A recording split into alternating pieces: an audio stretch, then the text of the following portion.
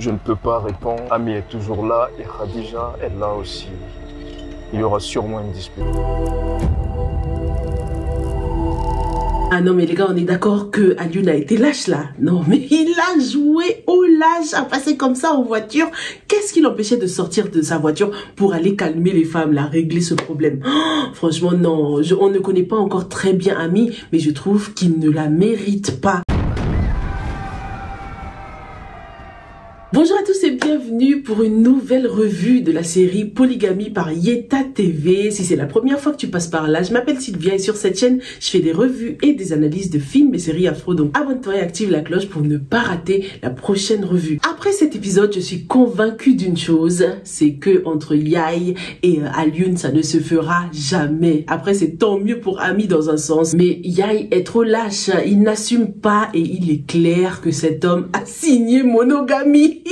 C'est pour ça qu'il assume pas. Yaye, elle croit qu'ils vont officialiser les choses dans 3 mois, tout ça, ça se fera jamais ma chère. Et de toute façon, c'est bien fait pour toi parce que toi, t'es venu avec de mauvaises intentions, hein, matérialiste que tu es. Alioune a peut-être signé monogamie, mais est-ce que ça protège réellement contre la polygamie? C'est l'un vraiment des grands thèmes, des questions de la série. Ça protège sur le papier, mais dans les faits, on constate que Alioune trompe sa femme, ce qui est vraiment regrettable. Je trouve que c'est même pire que ceux qui choisissent de signer polygamie parce que là, il est en train de faire des cachotteries derrière son dos, il la ment. Rien n'est officiel dans son cas, quoi. La monogamie n'était qu'un leurre, hein. Il a juste signé pour rassurer sa femme et surtout pour éponger sa dette parce qu'il devait une large somme d'argent au père d'Ami. Ce qui veut dire que son mariage n'est pas un mariage d'amour, c'est un contrat de business, un partenariat, les gars. Avec cette infidélité, on constate que Alioune ne respecte pas du tout son contrat de mariage, ce qui peut être un motif de divorce, hein, pour Ami,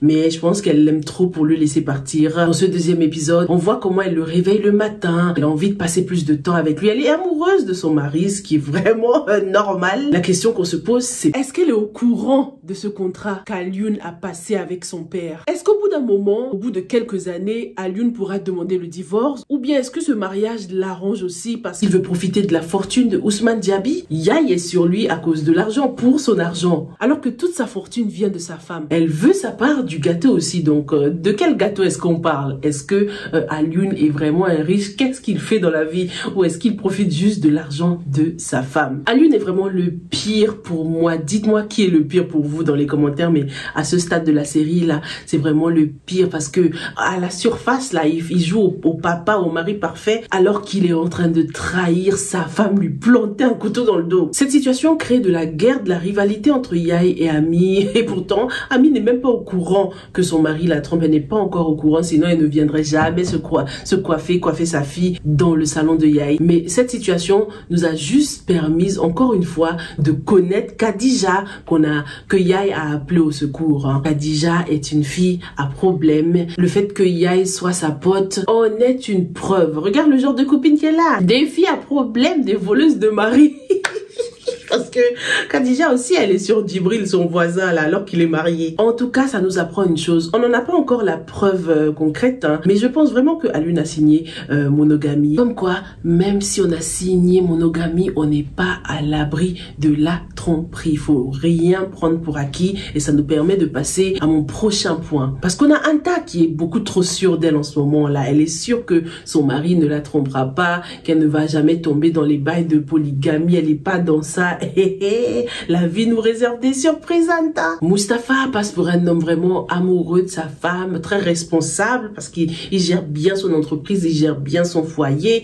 Mais on a vu à quel point il regardait la bonne. Et la bonne, voilà quoi, elle est jolie. Malheureusement, Anta n'y voit que du feu. Elle va tellement retomber de son 7e ciel là. Oh, elle va tomber de haut, hein, lorsque son mari va finir par céder à la pression de sa belle-mère. Ce qu'on constate en tout cas lorsqu'on prend l'exemple de Ami ou encore de Anta, c'est de voir à quel point les maris ont tendance à rassurer leurs femmes. T'as l'impression que il ne te trompera jamais, tu peux absolument lui faire confiance, alors qu'ils vont abuser de cette confiance. J'ai aussi adoré la discussion entre Anta et Seynabou, ces deux femmes qui sont assez modernes dans l'air du temps. Elles ont des carrières professionnelles. C'est intéressant de voir Seynabou qui dit que oui, aucune femme ne rêve de devenir deuxième épouse de quelqu'un. Ça nous donne envie du coup de savoir comment est-ce que Ousmane Diaby et elle se sont rencontrés, hein. Est-ce qu'il lui avait caché qu'il était déjà marié? Et du coup, par amour, Seynabou s'est retrouvée à accepter un mariage dans lequel elle serait deuxième épouse. Une chose est sûre, c'est qu'elle n'est pas là pour l'argent, parce que elle-même a sa carrière, elle est bien professionnellement. Donc c'est strictement par amour, hein, ce mariage. C'est une femme qui a l'air d'avoir un bon cœur, même si j'aimerais bien qu'on nous choque un peu sur ce côté-là, parce qu'elle est trop clean là, Seynabou. Elle prétend qu'elle n'a jamais rêvé de devenir coépouse, mais bon, les gars, dans la vie, tout est une question de choix. Elle l'a quand même choisi, hein. On a également tendance à croire que c'est souvent les femmes traditionnelles, les femmes qui sont pas allées à l'école, qui sont pas trop cultivées, ou bien qui sont là juste pour de l'argent, comme la bonne par exemple, qui acceptent la polygamie,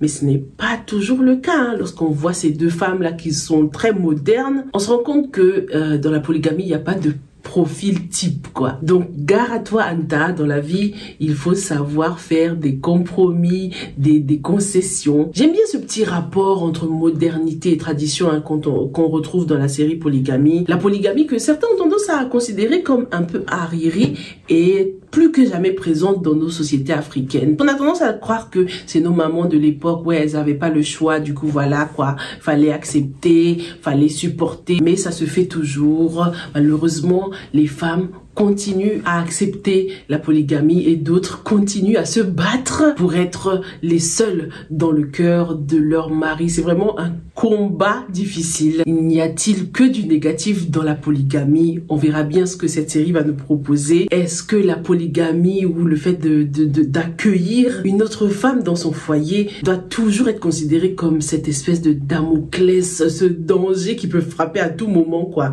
Est-ce que personne n'est réellement à l'abri, les gars? Dites-moi ce que vous avez pensé de ce deuxième épisode. Que pensez-vous de l'attitude vraiment lâche de Alioune? Est-ce qu'il le fait par amour pour Ami, parce qu'il veut pas la blesser, il veut prendre son temps pour lui annoncer la nouvelle? Ou est-ce qu'il aime juste mener une double vie? Dites-moi tout et on se retrouve dans la revue de l'épisode 3. Stay safe and stay blessed. Bye!